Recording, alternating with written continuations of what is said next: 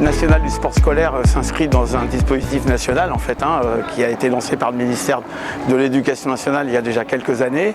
Et à Paris, nous faisons tous les ans un gros focus centralisé, organisé par l'UNSS, l'UCEP et l'UXEL, les 3 fédérations scolaires. Il y a à peu près 50 disciplines que les enfants viennent découvrir.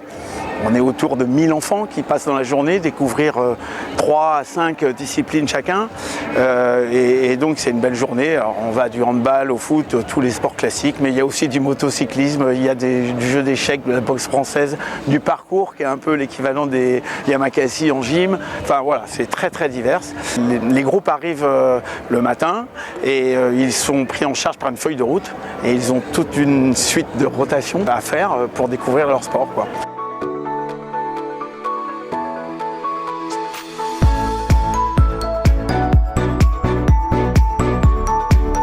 La mission de l'UCEP, c'est d'être l'interface entre l'école et le monde sportif fédéral.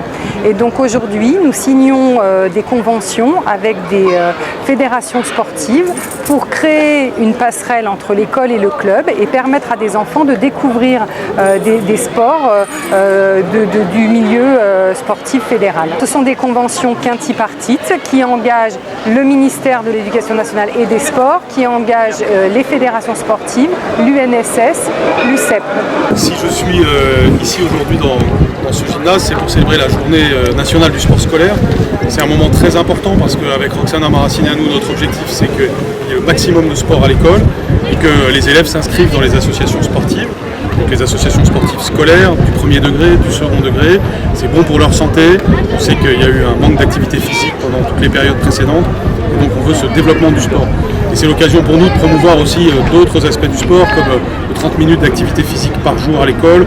On le fait avec les fédérations sportives et puis tout ce que nous faisons aujourd'hui pour que l'éducation physique et sportive se développe et que le partenariat avec les clubs se développe.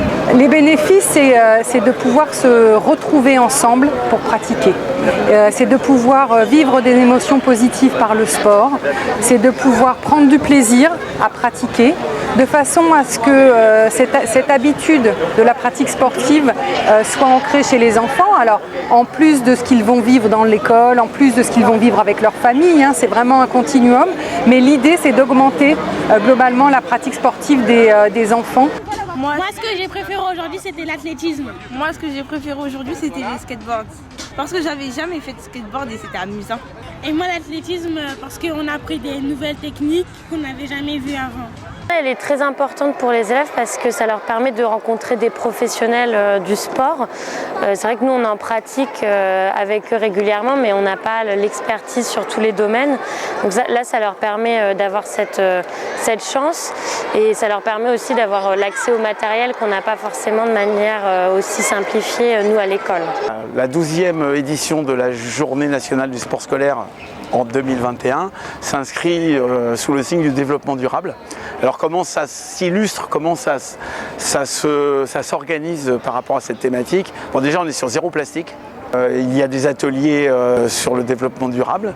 Il y a tout un focus qui est mis sur l'histoire des jeux qui devient de plus en plus développement durable. C'est très important pour Paris 2024 de voir de nouveau cette effervescence autour de la pratique du sport.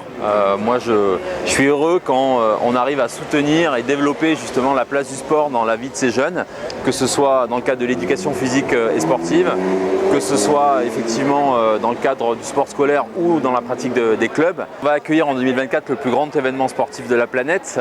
C'est le plus grand événement sportif que la France ait jamais organisé et donc forcément on a envie que cet événement il soit au service d'une cause qui nous paraît juste, que ce soit pour lutter contre la sédentarité ou juste pour permettre à cette génération de 2024 d'être plus épanouie à travers la pratique du sport. Donc on accompagne tous ces dispositifs, que ce soit dans le cadre du sport scolaire qui a vraiment un rôle important à jouer, ou dans le cadre de la pratique du sport en club ou avec l'éducation physique et sportive. Donc pour nous, tous ces dispositifs sont complémentaires et le rôle de Paris 2024, c'est de les valoriser, de les encourager, de les développer, même si on arrive à faire encore un petit peu mieux, parce qu'on a aussi, je pense, une marge de progression et c'est pour ça qu'on est présent aujourd'hui.